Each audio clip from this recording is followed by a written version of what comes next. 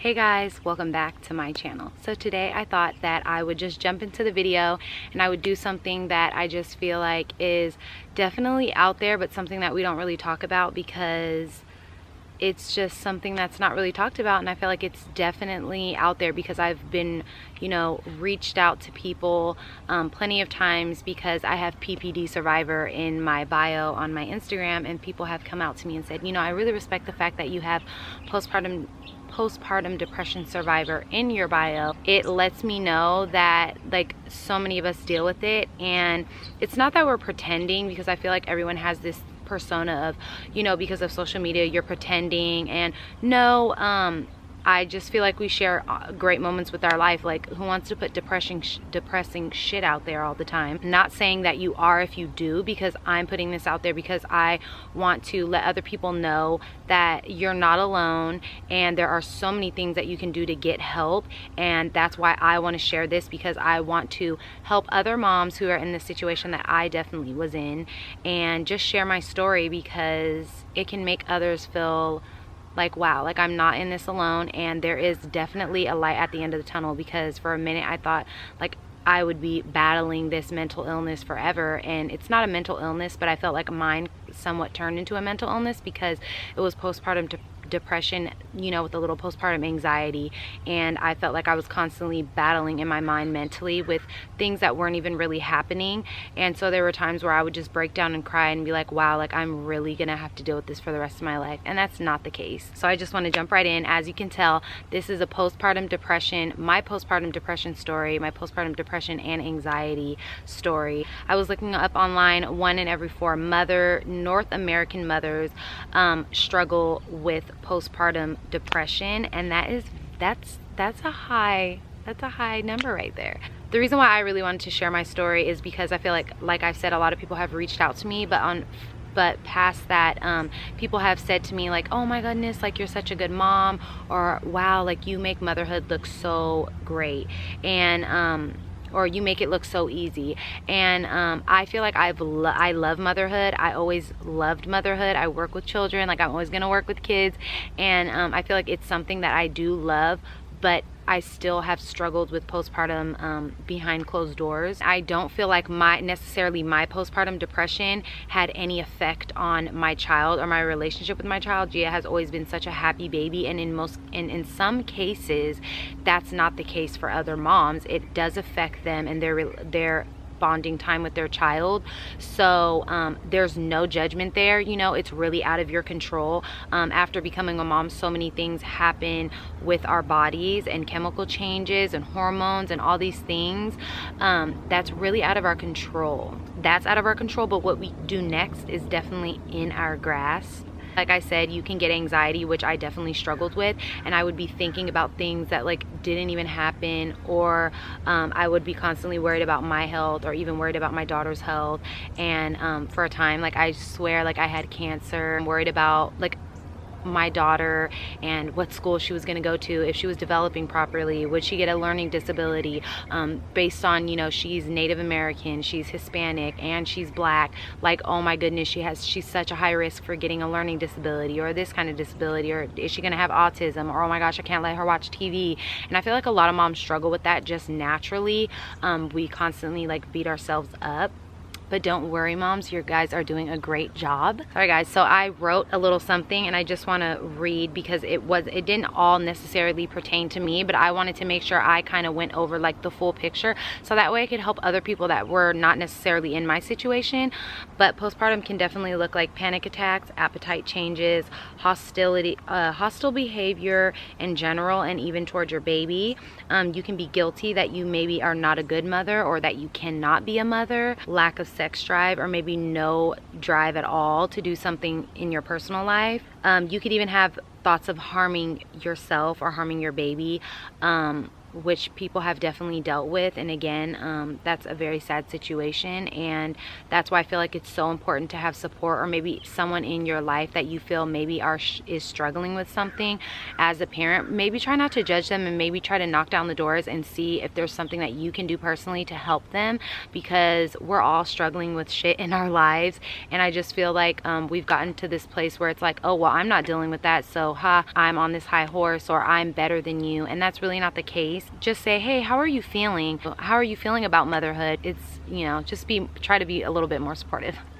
I just wanted to share my story because I feel like we probably all deal with this, coming from people my age and even maybe a little bit older. Our parents were just kind of like a no bullshit generation, and I just feel like growing up, my dad was just like, you know, I don't give a shit if you're upset, I don't care if you're mad, I don't care if you're sad, like you are not going to be misbehaving, like you shut up and that's it, like you're a child, you be quiet. And I just feel like I love my dad and I love my parents so much, and my mom's probably going to be mad that I even shared this, but I definitely feel like I'm not trying to throw him under the bus. I love my dad and he did the best to his knowledge, and all of our parents do. But I also feel like just to share it so that way I, number one, don't repeat the process, and our friends maybe are like, wow, that did happen to me, and damn, maybe that's why I am this way. And I just feel like at a young age, I wasn't really taught how to identify with my feelings. So at a young age, I was, you know, I learned how to oppress my feelings. And so as I grew up, I couldn't really speak out to people who upset me or did things to me, because I was taught at a young age, you know, you be quiet. And I just never learned that. Like when someone tells you for such a long time to be quiet, or, you know, whatever the case may be, you learn that, you know, out of natural instinct. So I just feel like as time went on, even as I got older, it was just something that I've always oppressed, and I started to abuse. I was a substance abuser, and I started abusing at a very young age. About 7th grade, I started substance abusing with marijuana, and I am 2 months clean. After 8 years, I am 2 months clean. But I was a habitual smoker from about freshman year until I was about 23 years old.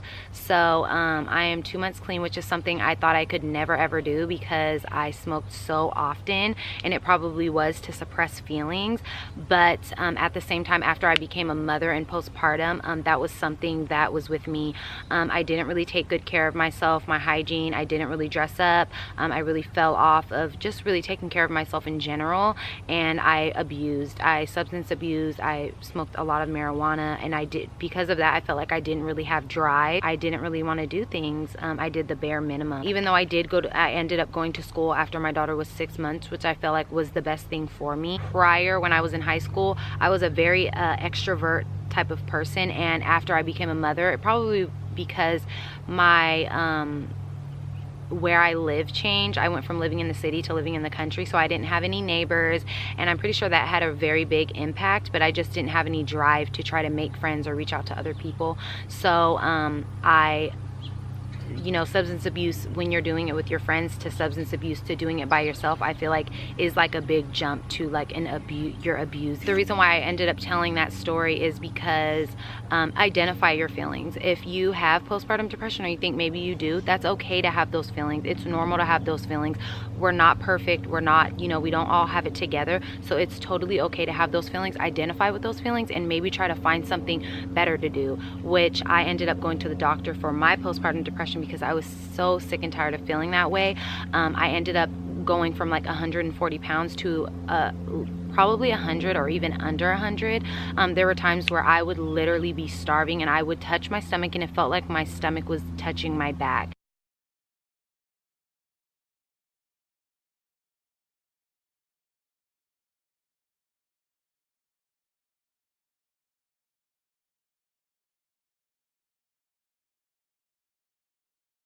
And I just feel like a lot of people out don't even know that I went through it, but it's something that I want to share.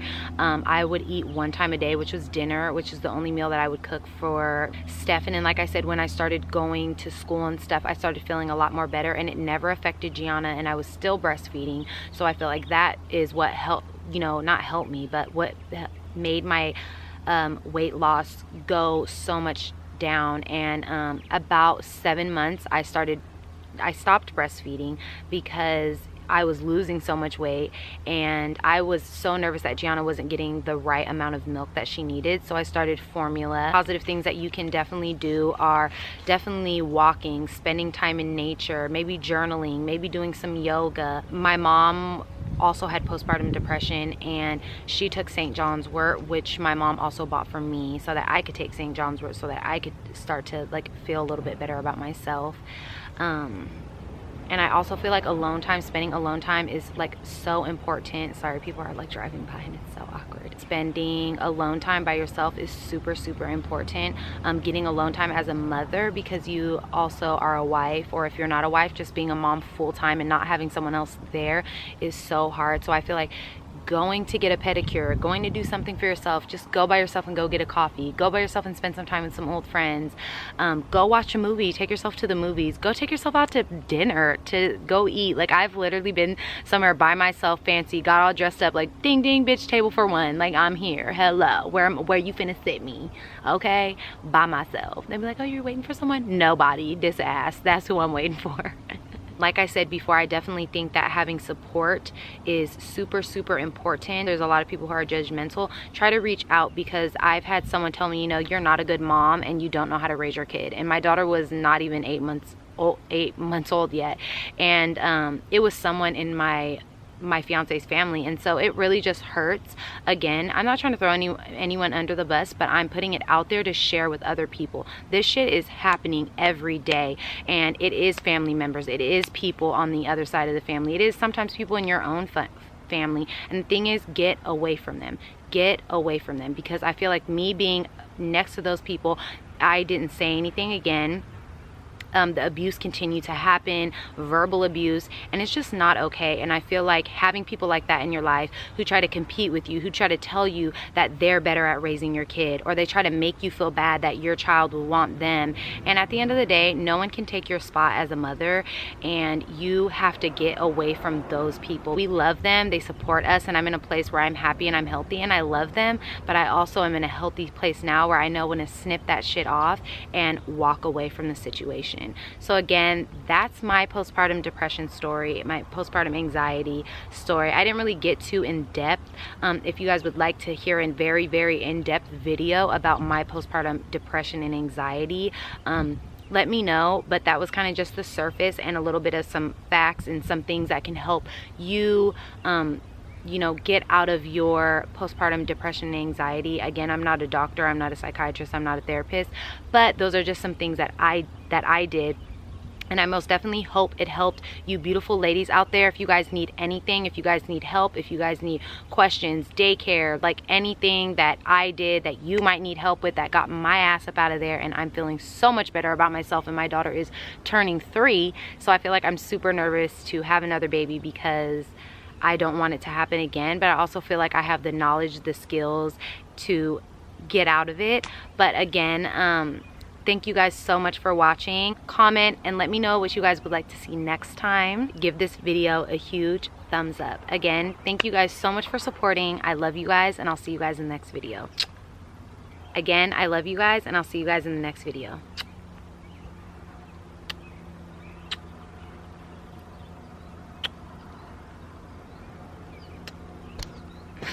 That was like 7 cutouts.